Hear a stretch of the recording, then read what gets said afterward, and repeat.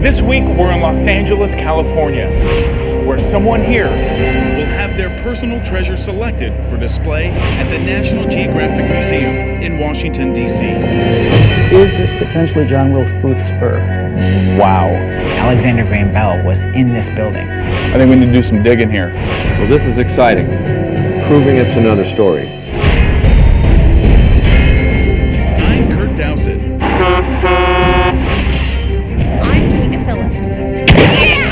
We're searching the country for items with fascinating history.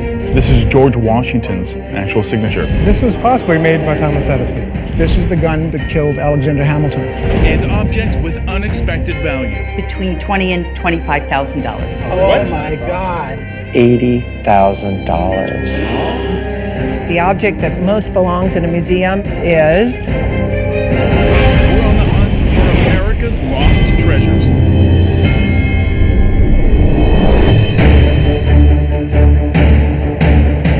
We invited people from all over Southern California to bring their personal artifacts to the Autry National Center, a museum that celebrates and captures the spirit of the great American West.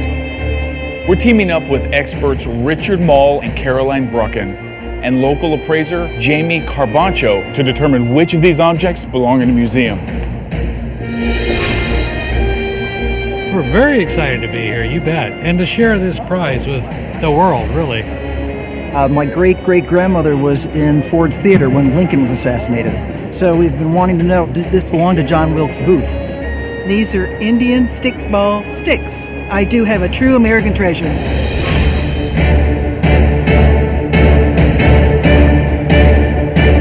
Hello everyone, welcome to America's Lost Treasures. Thanks for coming out here today to the Autry National Center here in Los Angeles. Kinga and I are going to take a look at the items that you've brought in. Now, Curt and I will each be selecting 3 items for further investigation, and then at the end of the week, one of you will be chosen to share your item with the world at the National Geographic Museum in Washington, D.C. Giddy up! All right. Those are beautiful. What are they? I know they're called picture buttons, and they're from, I think, the late 1800s. And I was in a button club with all these like little grandmas that I went to every week. So I brought these to the club, and they like freaked out, and they're like, "Oh, these are worth so much." How many buttons do you have right now? I don't know. I haven't counted. There's A like lot? thousands of them, though. Yeah. And these are kind of the gems I think of your those collection. are the gems. At least that's what the grandmas told me. So. Our experts tell me that authentic picture buttons can be worth as much as $250 a piece. But they're fairly common, so I'm going to keep looking. Tell me what you have. This is Jack London's writing tablet. Jack London became famous for writing the book Call of the Wild, and this is his dog Buck. And Arthur Putnam was a famous animal sculptor, so when he wrote the book, Arthur Putnam carved this for Jack London. When he passed away, his wife, Charmian London, he had these bronze plaques affixed to the surface so no other author could ever use it to write on. You seem to have a lot of information here. What don't you know, and what would you like to find out? I don't know how this was arranged with Jack London. We've got some of the pieces of the puzzle, but most of it's missing. Okay, so why it was given to him by Arthur Putnam? I mean, there's a lot of questions there that we can go after and find out. I think this is a really cool piece. I've never seen anything like this. Jack London is an icon of American literature. He wrote over 50 books, including classics like Call of the Wild and White Fang. If I can confirm the connection between London and Arthur Putnam, this could be a huge find. This is the poster from 1940. Territorial blackout, enemy planes. You know, a lot of people think the bombing of Pearl Harbor was a surprise, but this would, show that they had been preparing all along. Wow. I'm hoping that a little help from expert Jamie Carbancho can shed some light on the subject. Oh, this is a really nice piece. It's very neat to see one from Hawaii. This is the first one I've ever seen from Hawaii.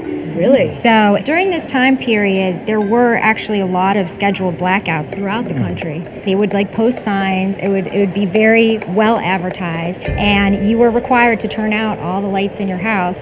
If you were on the coast, you'd have to turn out all the lights on the coast because they didn't want enemy boats who were parked further back to see boats closer to the shore. So everything had to go out. So the idea was just to be as invisible to the enemy as possible. Exactly. They were very, very serious about it. If you were to put it in auction, because it's Hawaii, maybe we're in like the $300, maybe $400 range. Pretty incredible for a poster, but I'm going to keep looking. All right, now you have a stack of license plates. Tell me a little bit about where you got them and why. When I was a kid, I got a book from my parents, and it was 50 free things you could send away for. And I just love license plates and the slogans on them. So I wrote to every state, and not everyone wrote me back. But the ones that did sent me these really cool plates, and they're all samples. So they don't have the normal random numbers that most license plates have. Are these things people look License for? plates are very, very collectible. And not just United States license plates. One sold in Abu Dhabi for $14.3 million. License plate? It was the number one. They have a system where theirs is all numbers, and the guy wanted to be number one. Wow. I would also like to be number one. That's why I'm not picking these plates for my treasure. I would put most of them in like the $15 to $50 range. Beautiful arrowheads. Thank you. Did you find them yourselves? My grandpa did. Well, what I brought for you today are two different pieces of American currency that show American history. A 1786 bond, a $3 bond from the Massachusetts Bay State. This helped to furnish the money that was needed to pay for our Revolutionary War soldiers. And it was allowed to be turned in for 3 Spanish milled dollars, which would have been in gold.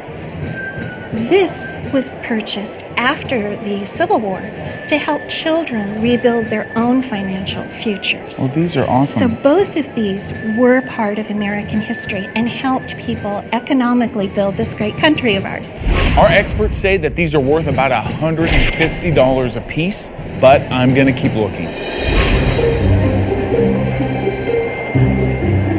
That is quite the nugget in there. Isn't it beautiful? And there's some gold on the sides as well. That is beautiful. About 2 years ago, I bought an archive at an auction that was just marked Gold Mining Archive. And in an envelope that was yet to be opened, there was this letter and the ring along with it. I read the letter and saw that it had the name General Sutter in it. So this is a very exciting find. Yes, it was.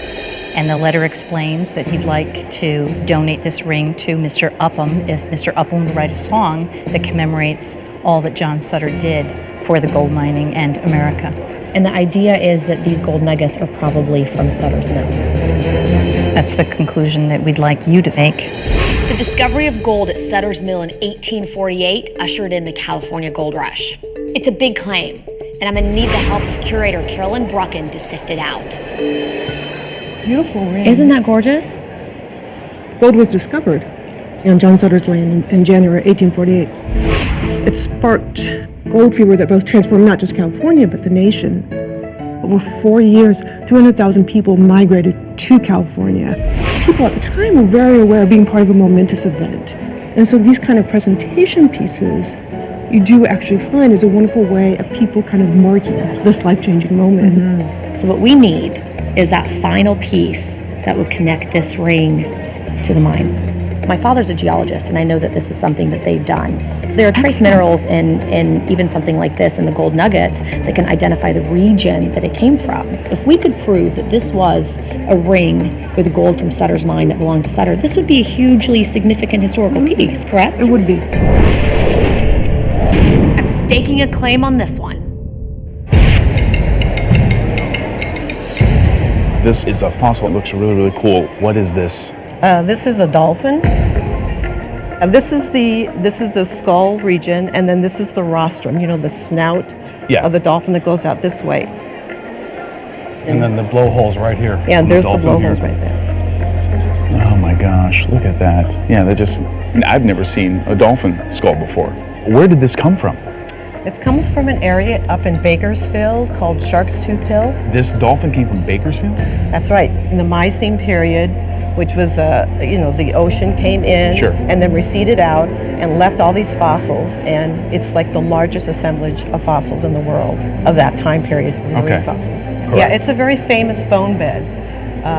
It's world famous, actually. All right, now has anyone taken a look at this to like classify it, find out exactly how old it is or what kind of dolphin it is? Yeah, no, we have not had any professionals look at it yet, but I would like to. I'd like to know what species it is of dolphin and get a date as well.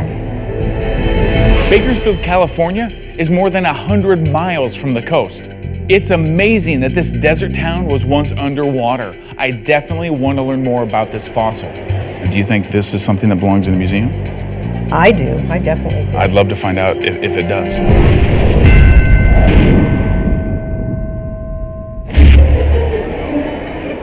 This is beautiful. Thank you. Is it a family heirloom? I was told that it's my great-great-grandfather. He was a drummer in the Civil War, and his name is on the front, William P. Wilson. Do we know where, what region, what division? That's one thing I would love to find out is what division he was in and from what state. Have you ever had this drum looked at, authenticated in any way? No, I haven't. So this could be a first. This is really exciting. Yes, I'm really looking forward to finding out anything about it that we can. I love a good mystery, but this one is going to take an expert. And conservator Richard Mall is the man for the job. Well, it certainly looks the part, that's for sure. It has the age to it. I mean, you can see that it has seen a life. It's been used.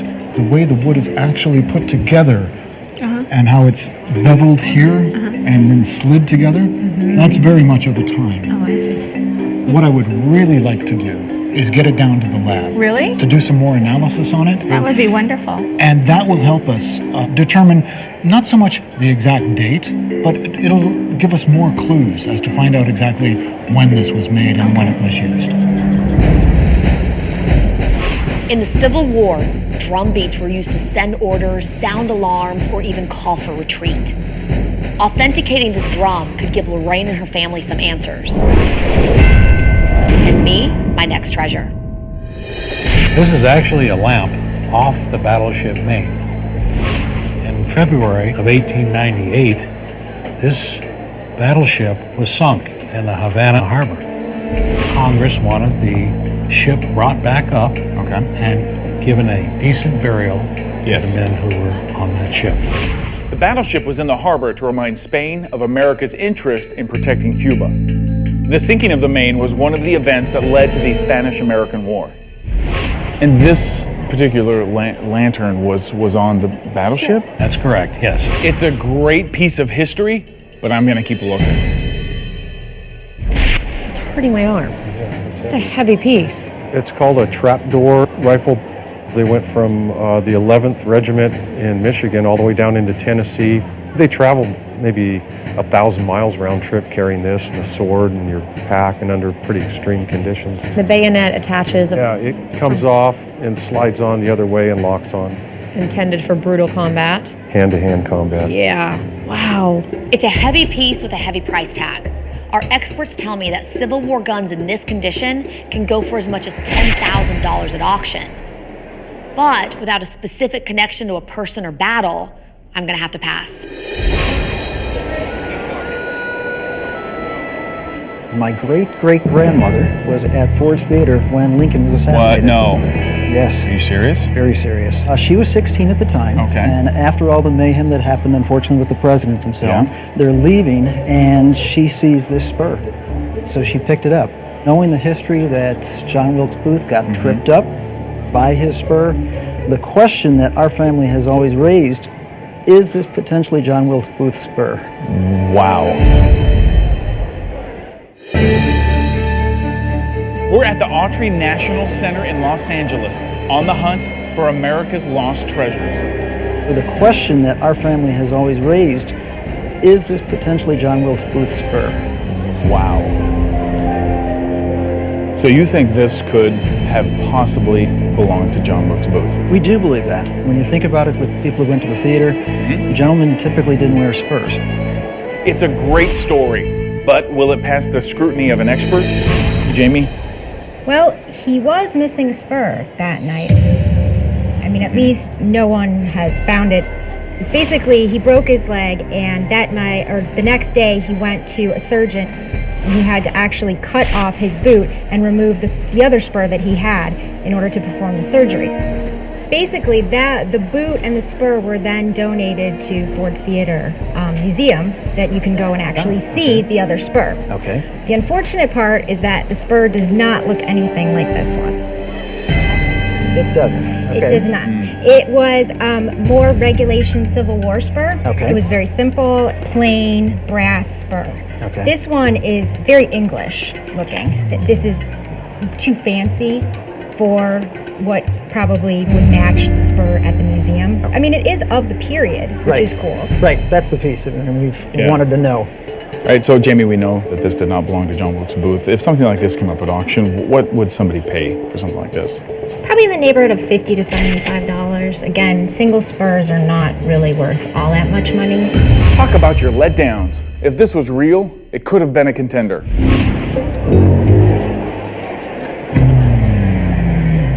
Aren't these interesting? They are so interesting, but I have to tell you, I have no idea what they are. They're Indian stickball sticks.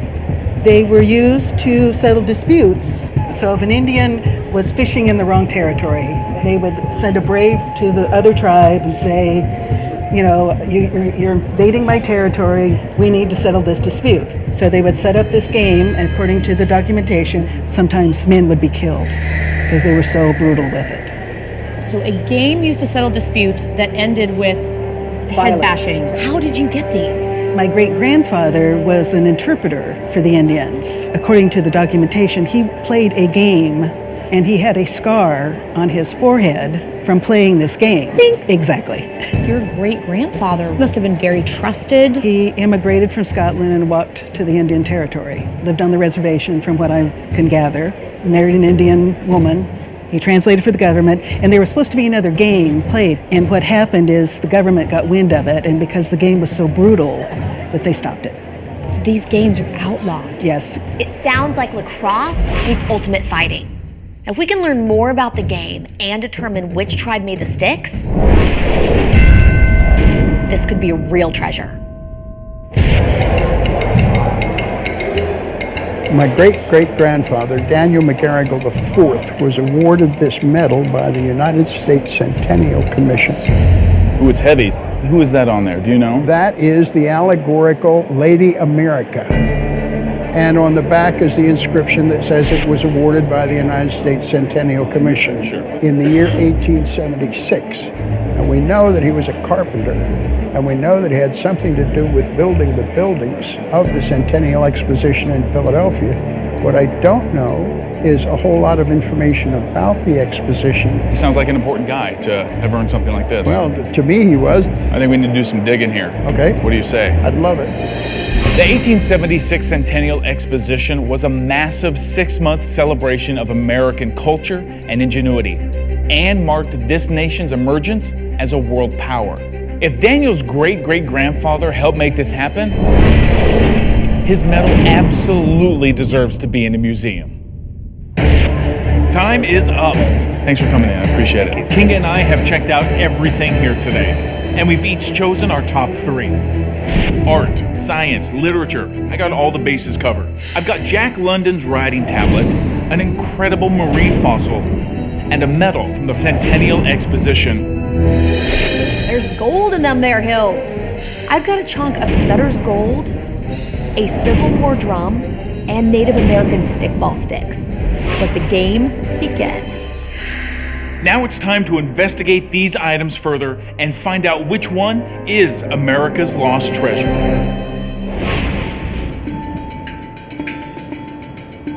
At the open call, Lorraine brought in a gold ring with what could be an incredible history. John Sutter is supposed to be the one who put the ring together, and I've been wondering for a long time if it actually did come from Sutter's mill. I'm headed to a geochemical research lab to find out if the gold in this ring really did come from the claim that started the California gold rush. So let me tell you what brought me all the way to Reno. There's a woman named Lorraine Cords who purchased all this mining documentation. In the documentation that she had, she found this ring and then this letter was in there as well. The letter has been identified as being written by General John Sutter. Can I peek at the documents? Yes, absolutely. Fred Holabird is an expert on the history of the California gold rush. If anyone can tell me if this ring is legit, it's him. Well, this is exciting. This does look like Sutter's handwriting. He talks about how California's gold redeemed half a hemisphere and saved America from bankruptcy. If those could be proven to be from Sutter's mill, that ring is worth over $10,000. Really? But proving it's another story. What we're starting to see are real documents like this that actually tell you about a ring. And on the basis of what it says here, we're starting to see people make this stuff and Fraudulent say documents. this real documents, fraudulent piece, and trying to sell the two together. That becomes scary. So let's look at these gold nuggets. Well, this is exciting. Now, this does look like Sutter's handwriting. I'm at a geochemical research lab, and I'm hoping to prove that this ring is connected to the California gold discovery that changed history. He talks about how California's gold redeemed half a hemisphere and saved America from bankruptcy. The letter checks out. But what about the gold itself? Well, what we're going to do today is we're going to mount this onto a conductive surface and put it inside of the sample chamber, bombard it with high-speed electrons, and produce images on the computer screen. This just slides out. Place this as straight up as we can.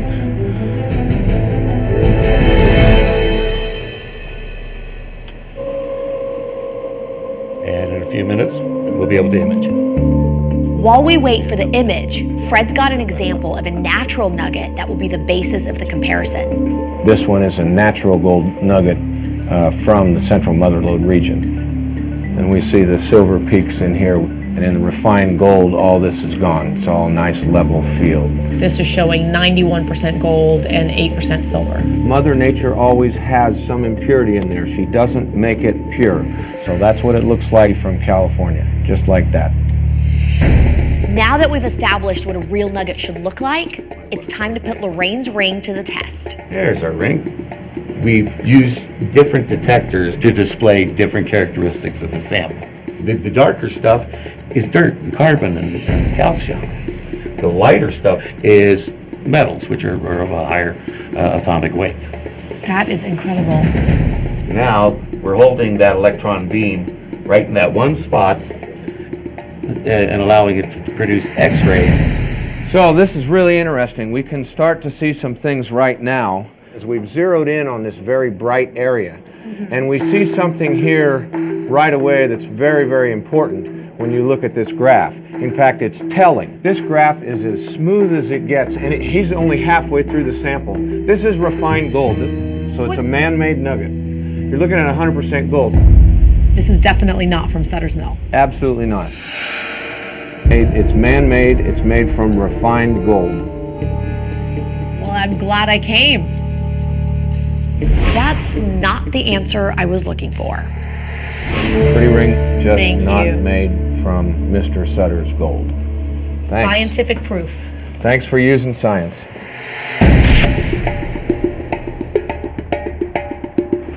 After you, sir. Thank you. Age before, well, I don't want to say it. Duty. In the open call, Dan brought in a medal from the World Expo in 1876. Well, my great-great-grandfather was awarded this medal by the United States Centennial Commission. What I don't know is a whole lot of information about the exposition. To learn more about the Centennial Exposition, we're at the Franklin Studios to meet with architect and historian Steve Brabson. That is a serious medal. It's really exciting to actually see one in person. Well, Steve, let me ask you a couple questions. I don't know much, and I don't think Dan knows that much either about the exposition of 1876. Tell us what that was all about. And this had been a tradition of the rest of the world for quite some time. But this is the first time the Americans said, hey, we can do this as well. Alexander Graham Bell was in the main exhibit hall. Thomas Edison was there with 2 patents, 2 inventions, and he was creating an enormous buzz. And these were amazing events, and the rest of the world had caught wind of what was going on in America. Tie this into Dan's great-great-grandfather. Do we know what he was involved in and why he would have received this medal? Let's talk about the medal for a minute. There were many different kinds of medals at the World Exposition, but this is a special medal. This was actually an award which was presented by a jury of professionals. How many of these were given out? There were tens of thousands of exhibitors. The professionals awarded just a few people in each category these awards. So this is a big deal. Awards were given in all kinds of categories, including arts, science, horticulture, and innovation in design. Oh my. Here are two of the buildings where great-great-grandfather worked on. This is a photograph. That's I've an never actual seen that. photograph. One of them is Memorial Hall, which at the time was just known as the Art Building. This housed a huge collection of art, including sculptures, paintings. I've never seen this picture. And it's also a really lovely building to look at. Yeah, it's beautiful. So that's one building that he worked on. Another building is the main exhibition hall. Now, this at the time was the largest building in the world. 21 acres. This is pre-steel. This is cast iron, and this is wrought iron. They were making this stuff do acrobatics. It was not the heavy, clunky stuff that we think of as iron. This was a lacy, glass-filled space, and that's because these people knew how to work with this material. We don't, unfortunately, know exactly what he did, but we know that whatever he did was certainly significant. I think it'd be hard to put a value on this. I mean, it obviously means a lot for us historically, and especially for you and your family. This is a real treasure. It is. Steve has really delivered with information about the medal and the expo, but without knowing Dan's ancestors' specific role, I just don't feel comfortable taking it into the finale. Before you take off, I want to give you a couple copies of the building that your great-grandfather worked on as a memento of his great achievement. Thank you so much. I hope you learned something, because I know I did. I did, yes. It's been just a great experience for me. I couldn't have asked for more. I mean, this is just a great surprise.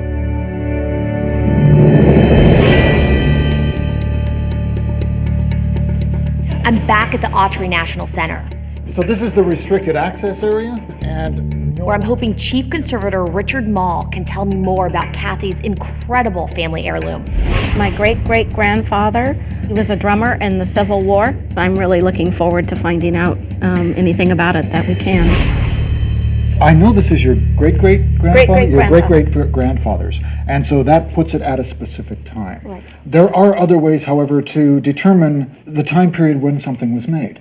One of the ways we do that is by analyzing the pigments and the metal, and we would use an X-ray fluorescence analyzer, XRF, and it'll tell me exactly what the metal components are. Are you going to tell us if the drum is on sale? That looks like a price scanner. Now this actually produces radiation. So what I'm going to do is place the analyzer right over top of that bare metal. When I pull the trigger, the analyzer emits gamma radiation, exciting the electrons. When the electrons get excited, they go to a different place, and then they don't like it there. They come back, and when they come back, they give off a very specific signature. I like that layman's terms breakdown, Richard. That's good. Let's have a look. Wow. What? Okay, this is cool. What is it? A lot of numbers. Well, we have a lot of lead, some selenium. Oh, okay, you have some mercury. Mercury would probably be the red. Zinc, I would say the zinc is the metal that's underneath. You have copper. Copper, probably the metal, but could be involved in the browns. That's right in there, the red and the brown together. Iron, the drum itself, and manganese. Manganese they used in the formation of basic metals like steel and all. So what does this mean as far as the age of the paint? This would be consistent with the pigments that you would find in the Civil War era drum. So far, everything's telling me that this thing's as old as we think it is. That's great. That's what my family's always told me. Well, I think in this case, your family is probably correct. The analyzer has authenticated the age of the drum. It's great news, but Richard isn't done yet. Oh, yes. Okay, some stamping of some kind. Stamping? Stamping of some kind going on right in here. I've always wanted to find out what unity was in the Civil War, and I don't know that. And this might be able to tell you. It could, I hope so.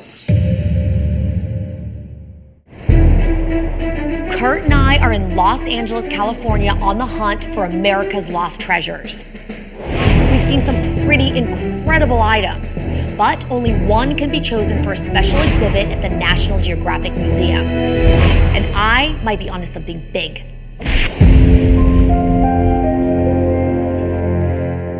Right there. You see that right there?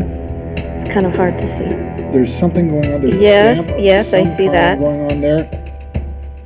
Conservator Richard Mall has already confirmed the materials in this drum date back to the Civil War. Now, we're going to take a closer look. It looks like the formation of a letter. Wow. It's hard to tell at this point, and if we get in any closer, it'll be totally obscured. In other words, if we increase the magnification, we'll actually get less information. Oh dear. But you can tell that there is something going on. Oh, it's looking to me like there's a 5 or a 6. Hard to tell at this point. This is definitely something that you'll want to look into. But if this drum was properly cleaned and preserved, maybe that would be more easily identified then. You should be able to get more information as you clean this. It becomes a question, how much do you want to clean it? Right, yeah. That's a Because hard decision to make. And that's the decision that conservators make every single day. How much do you clean it before it actually changes what you've got here? Right. So close and yet so far. And it's ever thus. It's always that last piece of information because you're talking history. Yes. This is exciting. Kathy's got a clue that will help clear up a long-standing family mystery. And I have an authentic Civil War artifact that just might drum up a victory for me.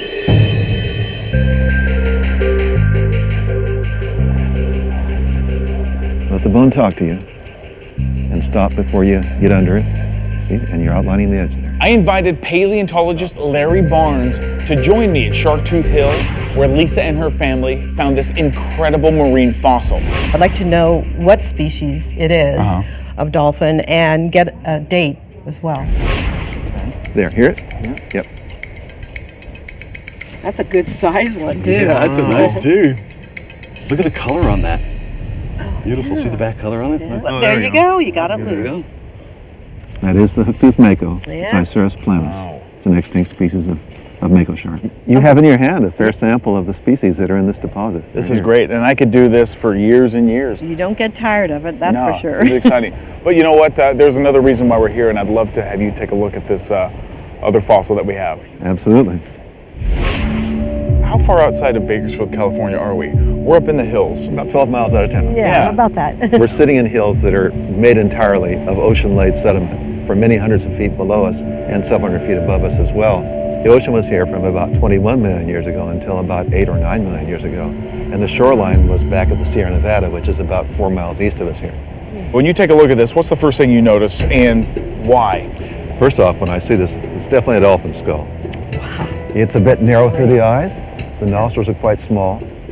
And this area right here, which is where an air sac sits that they used to echolocate, that area is quite wide. This side is bigger than that side. See that? Yeah. Yes. That is This is intriguing. Very exciting. This is like nerds gone wild. Yeah. Okay, I have never seen a dolphin skull like this in museum collections where I've studied and traveled. This one is different. What I see here is that the eyes are quite small and they're rather angled forward. So wait a minute, you're telling us that you've never seen this species before? I've never seen this species of dolphin skull in the fossil record before. So That's this is something new. We have to find out if there are ear bones with this skull. This dig site is phenomenal, and Dr. Barnes is so impressed with this dolphin skull that he's inviting us back to his lab at the LA County Museum of Natural History. Wow, look at this. This is our preparation laboratory. This is great. Where he's got the team and the tools to help him take a closer look. All right, so Larry, what do we have here? Well, we don't know quite yet exactly what this is, but now we can actually see the bottom of the brain case. We're going to take this skull and we're going to compare it to some other skulls we have that are from the same deposit and see how it relates to those. 80 years ago, Dr. Remington Kellogg published 10 new species of dolphin found right here at Sharktooth Hill. But because he couldn't always find a complete skull, he identified each new species by the unique shape of their ear bones. Paleontologists like Dr. Barnes have picked up where Kellogg left off, trying to match the ear bones with the appropriate skulls. Now, it turns out this is one of the species that was named by Dr. Kellogg in 1931. And I actually found this particular paraodic sitting right there underneath the basic cranium. Now, what's really nice is that it fits right in place in the skull. That's what we look for, is a fit that's that nice.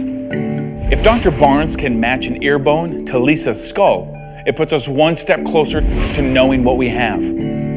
Question is, would one of these ear bones either be found in the sediment with your skull, or would one of them actually fit well inside the skull? That's the question. What's the answer? We've just started looking at the skull that Lisa found and comparing it with the other specimens from the shark-tooth bone bed. If Dr. Barnes can match one of these ear bones to Lisa's skull, it will help identify the species. This is nanolithax, which means the small stone. This is a very rare species of dolphin. These are the only two ear bones of this species that I have in the collections. Do we have skulls for those ear bones? No. That is a good question. That's a good question. It's a fit. It's a fit. I'm at the LA County Museum of Natural History, where I'm hoping paleontologist Larry Barnes will tell me that this fossilized dolphin skull is a rare specimen. There we get a bit of a fit. Oh yeah, it does. That looks like that fits in there. Do you want to see that, Lisa? Yeah, I'd like to see that. And this is one species that we've not ever found a skull for. So all along, I've had a hunch that this might be the animal. Now, if we should find one of these ears in the sediment still, then we have the true evidence. So I just want to nail this down. We either have nanolithax or something new. Something new. Yes. Unbelievable. Lisa's fossil is either incredibly rare or an entirely new species. Dr. Barnes and his team are going to keep researching, but either way, I've got a winner. This animal is globally significant to science. Wow, that's great. At the open call, Dorinda brought in a fascinating piece of her family history. They're Indian stickball sticks. They were used to settle disputes. I'm hoping the curators here at the Chumash Indian Museum will be able to tell us more. Well, so these are Dorinda's items passed down to you from your grandfather. These are game sticks from the stickball game played by the southeastern tribes. So we're talking Cherokee? Cherokee, Choctaw, Chickasaw, Muskogee, or what commonly is called Creek, all played the game. It was called the little brother of war because it was the same things that the young warriors were trained to do if they were going to war. It was a pretty rough game. I always like to say it's a little bit like hockey without the skates and without the ice. So there weren't a lot of contact rules? No. A lot of people, it was very serious. People actually died. It was ferocious. They would do all kinds of ceremony. They were not allowed to eat certain foods. For example, they couldn't eat rabbit because rabbit is easily confused and runs around. So they didn't want to have that medicine. The energy. Exactly. They couldn't eat frog because frog has brittle bones, so they didn't want their bones to break. It was serious business. So how were they made? I mean, is this like do they put it in boiling water or did they put it in a fire to heat it up? No, they don't. What they do is they cut this when it's green. Oh. They peel all of the bark off of it while it's still pliable. And then you get in the shape that you want, you tie it down, and then it's put out to dry, and it dries. I would love to see the game played. I bet Dorinda would as well. I have someone, a gentleman, Brandon, who's Cherokee from Oklahoma, who is going to show us how to do it. Can Dorinda and I play? Absolutely. All right. Oh, dear. We can take them. I got some players. Yeah. This is Kenga. Okay. Are we going to actually use these sticks? They've been sitting in my closet for 30 years, so I think we should try them, don't you? Absolutely. How about boys are headed that way and then girls are on this side? I'll pretend I'm the medicine man today, and I'll throw it up as high as I can, and as soon as it gets on the ground, that means the game's starting. So by getting your little ball to hit the pole, that'll be a point. Here we go.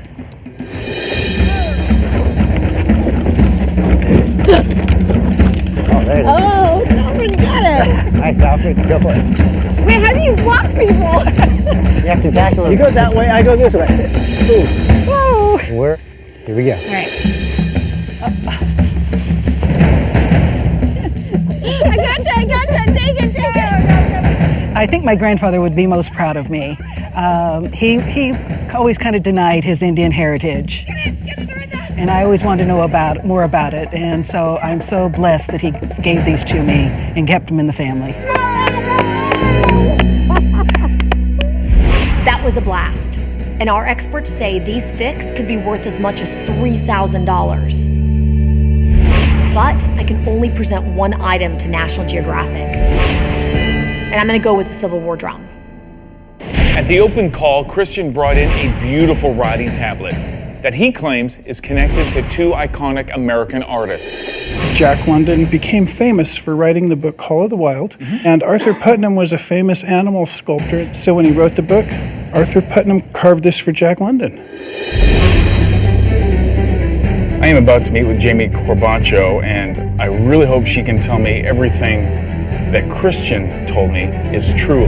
Hi, Jamie, how are you? Hi, Curt, how are you doing? Well, Good to see you. You too. Good to see you. Christian Chafee brought this in. We think it was made by Arthur Putnam, the sculptor, and given to Jack London. Great. Well, I didn't get a real good chance to look at this at the open call. Arthur Putnam was a turn of the 20th century sculptor. He was an animalier, which is somebody who specializes in sculpting animals.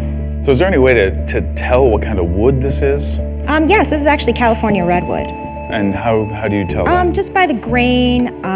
This is also a good indication if you ever look at a redwood. You can see the red in it more from the side. Okay, I see how that works. Okay, so we don't have a signature of his on here, but we've got this sculpture that, you know, we can identify as hopefully an Arthur Putnam. Do we have other examples of this? I mean, because honestly, I mean, he could be saying it's anybody's, really.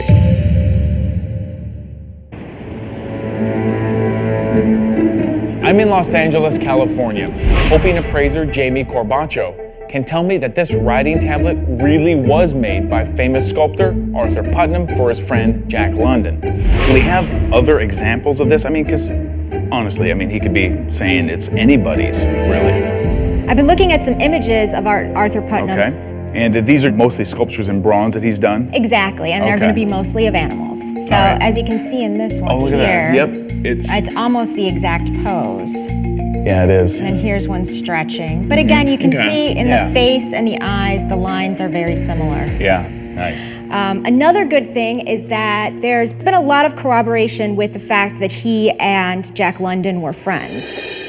One of Arthur Putnam's descendants actually has a letter from Jack London to Arthur Putnam referencing a stay that he had at Jack London's place. So we know that they're friends. Exactly. All these little pieces of this puzzle come together to corroborate the story that Christian told me. It kind of captures a friendship between two very talented people. It's decision day in Los Angeles, and Curt and I can each present just one item to National Geographic. My Civil War drum is too good to pass up. But before I head to the finale, I've got to let Luray know that her gold nugget ring just didn't pan out. I know the big question that you had is, are these nuggets from Sutter's Mill? Yes. We found out they did not come from a riverbed. They did not come from Sutter's Mill. These were actually crafted to look like natural nuggets, but they're not. I see. Dang, I have to tell you, I was really disappointed. Oh, I am too, but it's still a beautiful piece of jewelry. Even without any association to Sutter, this ring is worth about $500. Excellent. You could wear it proudly. Thank you. I think that the drum will be a wonderful thing for history. I am so excited that my drum could be in the National Geographic Museum. It would mean the world to me. This is one of my toughest decisions yet. The Jack London writing tablet is incredible, but I just got word back from Dr. Barnes that Lisa's dolphin fossil is in fact a brand new species. It's a discovery of global significance, and I've got to take it to the finale. I hope my dolphin skull gets chosen today. That'd be so great. Now, it's time to find out which item will be chosen for display at the National Geographic Museum. There it is. All right, folks, thank you so much for joining us. Well, we have two amazing objects here, but of course, only one of them can go on display to the National Geographic Museum in Washington, D.C.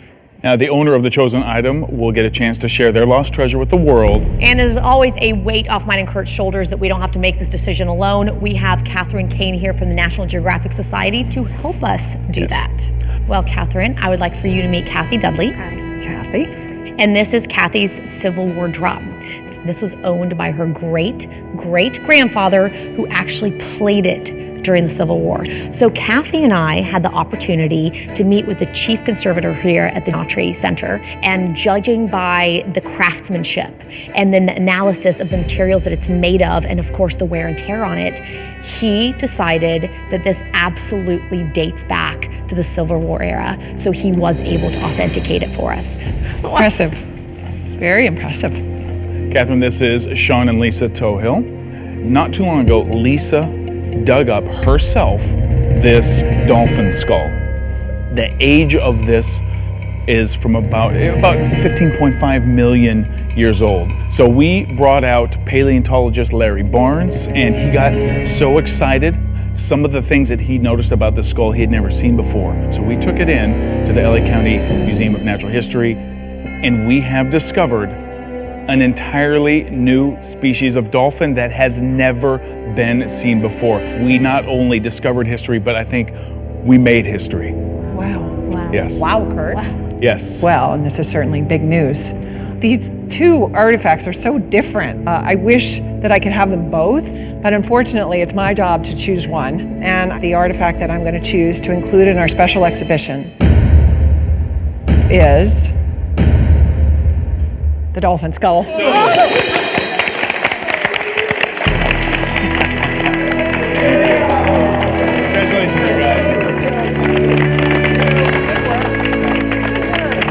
This dolphin skull fossil is so extraordinary and really historic. So I think we have a wonderful opportunity with that artifact to tell the prehistoric story of this country. Curt, I have to say congratulations. That was a really interesting find. It was phenomenal. You know, if you had been able to come out to the quarry, you would have loved it. It was amazing. You would have won. I would have, but I didn't. Nope.